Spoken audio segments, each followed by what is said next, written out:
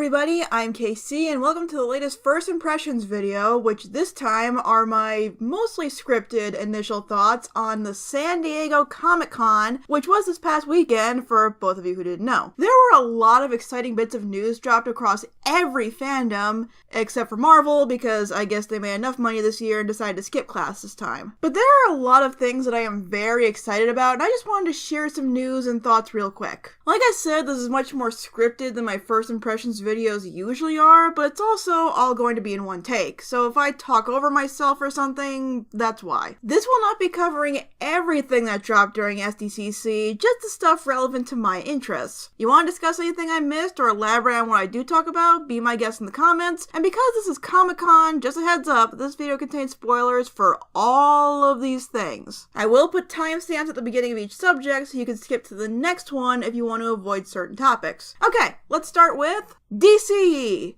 I haven't seen any of the movie trailers. Besides Wonder Woman, I don't really have much interest in the DCEU. I'll probably check them out later, but I didn't bother for this video. But I am very mad about Titans, because everyone else seems to be, and I want people to like me. However, I do have a vested interest in the DC TV shows, or the Arrowverse. Except Arrow. Surprisingly. I haven't watched Arrow. But I do watch The Flash. I have become a huge fan of The Flash in the last year. I even own Flash sneakers. That's how far down the rabbit hole I am. And their trailer was incredible. I was so intrigued by Nora's introduction and the mystery surrounding her last season, and at least for the first few episodes, it looks like that's going to play a major part, and it's really going to affect the characters. And I am convinced that the reason she's there is connected to that blasted newspaper and Barry's future disappearance that we haven't talked about in quite a while. So far, it looks like she's gotten involved in some sort of time travel shenanigans to possibly save her parent and got herself in a lot of trouble and may have jeopardized the universe in the process. So yeah, she's definitely Barry's daughter. I am so excited about the potential here, and I cannot wait to see more of Jessica Parker Kennedy in this role. It's also great to see that Ralph will be returning. I was a bit worried they were going to dump him off screen like they did with Julian. Danielle Pennebaker will be directing the first episode, which is pretty great. Wally seems to be taking a break from the Legends, at least for the first episode, and at long last, we have the ring! The Flash ring is finally on the show, and it looks so good! I can't wait to see the inevitable $100 replica on ThinkGeek. The last thing that really intrigued me was the new villain, who was revealed at the panel to be Cicada. And just like when I started with the MCU, I don't know much about the comics, but after looking this guy up, this has so much potential. Apparently Cicada is a cult leader who gained the ability to steal and absorb people's life force, and possibly the same accident that gave Barry his powers. I personally like the look they went for, or at least what little we saw of it. It looks really creepy, and just from the brief description, this guy has it all. Power, tragedy, and delusions of grandeur. It'll all come down to how he's interpreted here, of course, but I am very excited. If you ask me, Season 5 has the makings of yet another great season for the Scarlet Speedster. Supergirl I don't have as much to say on. Not that I'm not looking forward to it, the panel makes it sound like exciting things are coming in Season 4, and I do really love how the show will continue this trend of contemporary social commentary and subtext as a larger theme going forward, including introducing a transgender superhero played by an actual transgender actor, since tackling those subjects in this universe were some of my favorite moments in the last season. But most of the trailer just displays carnage and battles from previous seasons to emphasize the narration for what's to come, so there's not nearly as much to go on in this trailer, except for this shot of someone in a suit with Supergirl's emblem on it, who I'm guessing is either Lena or that clone Kara from the end of the last season that's apparently inspired by a famous Superman story that I haven't had the chance to look up yet. Again, I'm still looking forward to it, I just don't have as much to ramble about at the moment. Although the use of older clips kept tricking me into thinking Winn was coming back for good. I know he'll be back every now and then, but I'm just gonna miss him so much as a regular. Although, now that he's a time traveler, I'm really hoping we can work out some kind of team up with the Legends of Tomorrow. Now that would be awesome. Speaking of the Legends, I don't have anything to say about them either, because I'm still catching up on that show. Anyway, let's move on to a non-superhero series. Steven Universe! Another show that I am a huge fan of, which you can tell from my whole one video on it. Funny thing is that the episode that previewed at the con is already available to watch, so there's not too much to speculate on with this one. The reveals to long-pondered questions has been the theme for the last several episodes, and that constant quest to figure out what to do next seems to be continuing at a steady pace. We finally met White Diamond, who is very, very, very, very creepy. Personally, I find the blank, moderate smile way more unsettling than any rage she could unleash. Also, someone pointed out that her Pearl looks like she's been lobotomized, and she's the only Pearl so far not to be voiced by Dee Dee Magno-Hall, so that just adds to White Diamond's eerie nature. The reveal of Rose Quartz being picked Diamond changed a lot about the show and characters, and it looks like that'll keep going for at least a little while. At the moment, it's one giant woman roadblock after another, and it's been amazing. Seriously, did you see Reunited? And can we agree it was one of the best episodes of the entire show so far? But the biggest announcement related to Steven Universe is that they are coming out with a Steven Universe movie. We know next to nothing about it. All we have is a 15-second promo with a silhouette of a new character, who I'm assuming will be the villain, and that it will be coming to Cartoon Network soon. We don't even have a proper release date, but it's still something worth getting hyped over. My big question is how this will fit into the larger story. Usually Cartoon Network movies are fairly self-contained, so I wonder if this movie will actually be part of the larger story that the show is telling, or will just be a completely separate story, like every single Pokemon movie. I'm sure there are some things here for people to speculate wildly on, but I was just so happy for the Crooniverse when I saw this announcement. Shame it's only on TV though. Meanwhile, Teen Titans Go gets a theatrical release. Anyway, moving on. Invader Zim! I'm more nostalgic for Invader Zim than a hardcore fan, but I was still surprised by this announcement. Because I know they've been teasing about this for years, and I don't know if it was ever officially confirmed that this was a thing that was going to happen, but it's kind of cool to see the world of Invader Zim again, even if it's somewhat reimagined. Even though the character designs have been changed a bit, it's nothing drastic. And while the new look is a bit smoother, it doesn't rob the style of its edge. I have no idea what to expect from this movie. Then again, does anyone ever really know what to expect from Invader Zim? But while I probably won't be following any updates that closely, I'll definitely be checking it out when it comes out. And it's nice to see a show like Invader Zim that didn't get the love it deserved when it came out, getting the revised treatment many of its fellow OG Nicktoons are. Ducktales! Woo! Is there a lot of news here? First off, the crew shared a trailer for the final few episodes of the season, and while I won't go too deep into that, it's definitely got me much more hyped than I was before. And thanks to that review, the Disney Ducks were already at the forefront of my mind. With an appearance by Tailspin favorite Don Carnage, a sneak peek of Magica's true form, which I know some people are divisive on the changes, but so far I think she looks very cool and creepy, and even more pressure on the mystery surrounding Della and the Spear of Selene. It's clear the final few episodes of season 1 are going to be intense. And they did show an exclusive clip from the season finale where Donald goes through an interesting change. You mad scientist?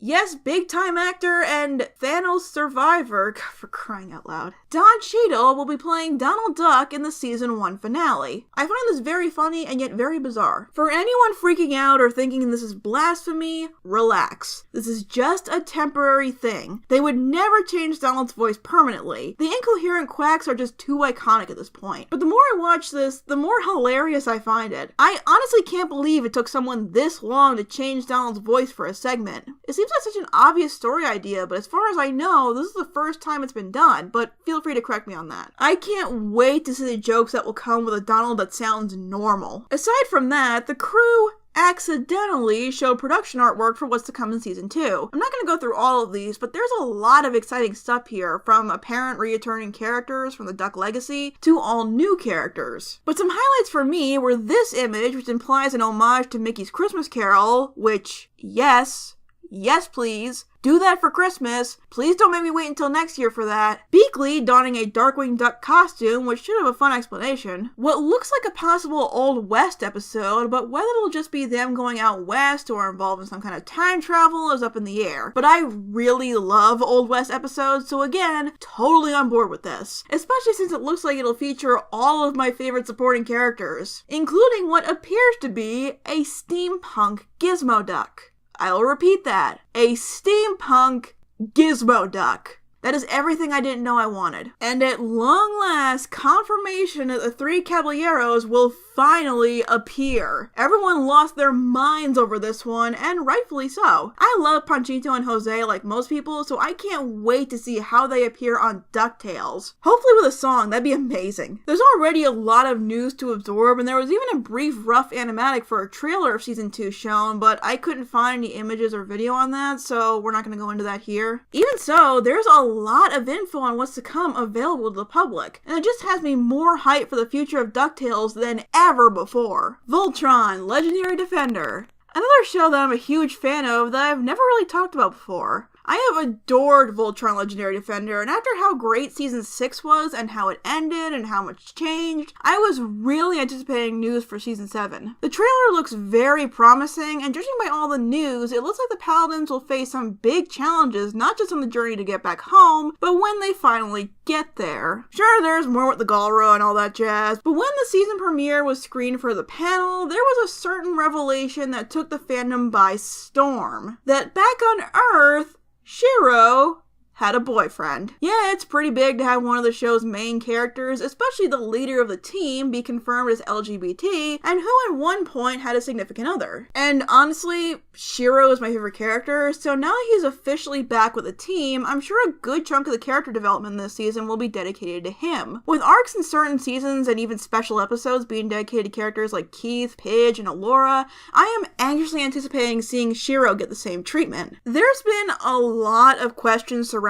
Shiro since the first episode, and it looks like we'll finally get to explore that. And if that includes much more needed representation and animation, then so be it. We'll see this all unfold in a full 13 episode season again in only a couple of weeks, and I am very much looking forward to it. But it was also announced that the following season, Season 8, will also be 13 episodes, and the final season of Voltron Legendary Defender. Now, of course, it's always sad to hear a show is coming to a close, but as far as I'm concerned, it's had an amazing run. By the time the show concludes, there will be 87 episodes, and that's a very respectable run for an animated show. Especially on a platform that we're still technically experimenting with the show's longevity on. For context, Kim Possible, which until Phineas and Ferb was Disney's longest running animated show, also ran for 87 episodes. And besides, we've still got over 20 episodes to go of adventures, action, and drama with the Paladins of Voltron, and it looks like there will be some crazy stuff ahead. As long as they don't drop the ball in the last episode, I'll probably be cool with how this all turned out. Doctor Who. Surprisingly not much. At least, not as much as I thought. The BBC and crew have been doing everything in their power to keep most of the details on this season under wraps with the show going through its latest metamorphosis. And I know there were leaks a while ago, but I managed to avoid them, so I don't want to see any comments about them. Anyway, the trailer gives us a small look at our first female doctor, and so far, I really like her energy. And there's a lot of running around, so it's definitely still Doctor Who. My guess is that these were clips from, at most, the first 2 episodes. There's not much to really form an opinion on aside from atmosphere, and so far, it still feels like Doctor Who. But the TARDIS is surprisingly nowhere to be found. Some fans think the Doctor meets her latest group of companions because they all wound up trapped somewhere, which would be a unique way for the Doctor and companions to meet, but again, this is all speculation. I know this isn't much, but after how much the Season 10 trailer gave away, I'm a little okay with the secrecy. Although a solid release date would have been nice. Oh, and the new sonic screwdriver. Love it.